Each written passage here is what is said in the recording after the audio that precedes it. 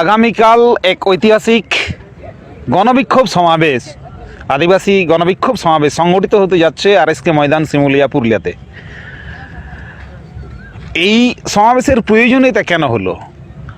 বিশেষ করে আদিবাসী মানুষজন যারা শান্তপ্রিয়, এই মানুষজন এটা বিক্ষোভ প্রদর্শনের পথে কেন হাঁটছে? আজকে এক ছাতার তলায় প্রায় 28 থেকে 30টি জাতিগত গণসংগঠন আদিবাসীদের, তারা আজকে এক ছাতার তলায় একত্রিত কেন? এই প্রশ্নের উত্তর যদি দিতে হয় তাহলে চোখ কান খোলা রাখলে বোঝা যায় বর্তমান দিনে আমাদের বড় বড় অ্যান্ড্রয়েড মোবাইল সাথে থাকায় হয়তো অনেকেই অবগত আছি যে ফেক এসটি, যারা এসটি তালিকার মধ্যেই নয়, এই রকম বেশ কিছু মানুষ, সেনগুপ্ত, মজুমদার, খাতুন, মাহাতো, মণ্ডল, যাদব, শর্মা, এরা ব্যাকডোর দিয়ে বা সরকারি সহযোগিতায়, রাজনৈতিক সহযোগিতায়, অসাধু কিছু আধিকারিকদের সহযোগিতায় মুড়ি মুড়কির মতো সারা বাংলা ছেয়ে গেছে ফেক এসটি সার্টিফিকেটে। এই ফেক এসটি সার্টিফিকেট সরকারি মদত ছাড়া বা আধিকারিকদের মদত ছাড়া কখনো সম্ভব নয়, যা আসল আদিবাসীদেরকে বঞ্চিত করা হচ্ছে। এর সাথে সাথে দক্ষিণবঙ্গে, বিশেষ করে জঙ্গলমহল এবং ঝাড়খণ্ডে এক আদিবাসী গোষ্ঠী আজকে আদিবাসী হওয়ার আপ্রাণ চেষ্টা করে যাচ্ছে। কয়েকদিন আগেই তারা জঙ্গলমহলের কয়েকটি জায়গায় রেল অবরোধ করে বিক্ষোভ প্রদর্শন করেছে, আদিবাসী গোষ্ঠীতে ঢোকার একটা আপ্রাণ চেষ্টা করে যাচ্ছে। শিডিউল হিসাবে যদি ভাগ করা হয়, তারা ওবিসি শিডিউলে, অর্থাৎ শিডিউল নাম্বার 4, এসটিরা বা আদিবাসীরা আছে শিডিউল নাম্বার 6, শিডিউল নাম্বার 5-এ আছে এসসিরা। তাহলে কতটা ওই গোষ্ঠীর অবস্থা খারাপ হলো বলে হঠাৎ ওবিসি থেকে জাম্প করে ডাইরেক্ট 4 নম্বর শিডিউল থেকে 6 নম্বর শিডিউলে আসতে চাইছে। এক্ষেত্রেও কিন্তু রাজনীতিক একটা ষড়যন্ত্র আছে, রাজনৈতিক মদত আছে। বিশেষ করে বলবো আমাদের রাজ্য সরকার, ঝাড়খণ্ড সরকার এবং আমাদের কেন্দ্রীয় বিরোধী দলনেতা অধীর চৌধুরীর যে বক্তব্য, এই বক্তব্যতে দেখা যাচ্ছে তারাকে ভোট ব্যাংক হিসেবে ব্যবহার করার জন্য, তাদেরকে যাতে করে আদিবাসী গাতাকের মধ্যে বা আদিবাসী সমন্বয়ের মধ্যে ঢোকানো যায় সেই গোষ্ঠীকে, সে আপ্রাণ চেষ্টা করে যাচ্ছে। এর বিরুদ্ধে, এর সাথে সাথে উন্নয়নের নাম করে চারদিকে, পশ্চিমবঙ্গে শুধু নয়, ঝাড়খণ্ডে, বিহারে বেছে বেছে আদিবাসীদের জায়গাগুলোকে হরণ করার একটা চেষ্টা।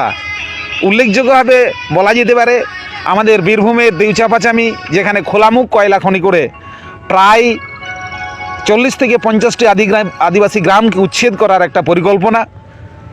সাথে আমাদের পুরুলিয়াতে থাকা তিলাবনী পাহাড়, পুরো পাহাড়টাকে বেচে দেওয়া। আমাদের দক্ষিণবঙ্গের সুন্দরে অযোধ্যার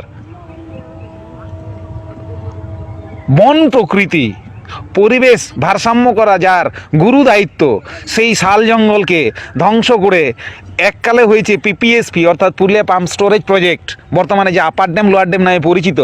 এটা বাদ দিয়েও ঠুরগা নালাতে আরও দুটো প্রজেক্ট, আরও দুটো জলাধার, বাঁধো নালাতে প্রায় 400 হেক্টর বনভূমিকে ধ্বংস করে আবার প্রজেক্ট, কাঁঠালজল নালাতে আরও দুটো জলাধার তৈরি করে আরও প্রজেক্ট।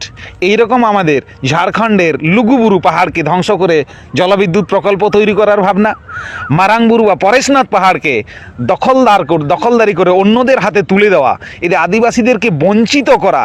এর বিরুদ্ধে 2006 বনাধিকার আইনকে লঘু করার চেষ্টা, এফসিএ ফরেস্ট কনজারভেশন অ্যাক্ট 2022-কে লাগু করার চেষ্টা, যাতে 2006 বনাধিকার আইনটা দুর্বল হয়ে পড়ে।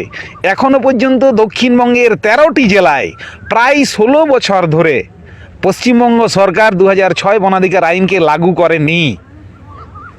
কারণ 2006 আইনটা যদি লাগু হয়, তাহলে বন জঙ্গলের পূর্ণ অধিকার, জল জঙ্গল জমিনের লড়াইয়ের পূর্ণ অধিকার আদিবাসী মানুষদের হাতে চলে যাবে।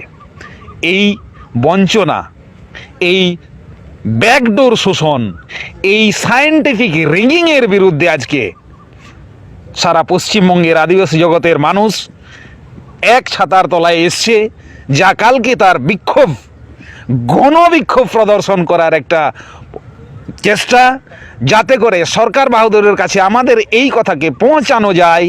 তাই 31শে মার্চ পুরুলিয়ার RSK শিমুলিয়া ফুটবল ময়দানে, 10 এপ্রিল খাতড়ার এটিএম গ্রাউন্ড, 17 এপ্রিল ঝাড়গ্রাম এবং মেদিনীপুরে DM অফিসের দরবারে সরকারের কানে পৌঁছানোর একটা আপ্রাণ চেষ্টা করা হচ্ছে।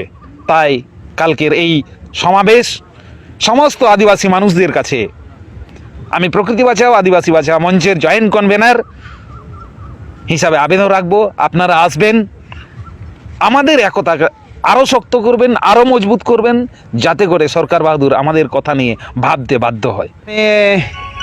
প্রকৃতি বাঁচাও আদিবাসী বাঁচাও মঞ্চের জয়েন্ট কনভেনার ইয়াসু টুডুর সাথে বাড়তি দায়িত্ব হিসাবে আছি পুরুলিয়া সদর তল্লাট পারগানা ভারত জগৎ মাঝি পারগানা মহল।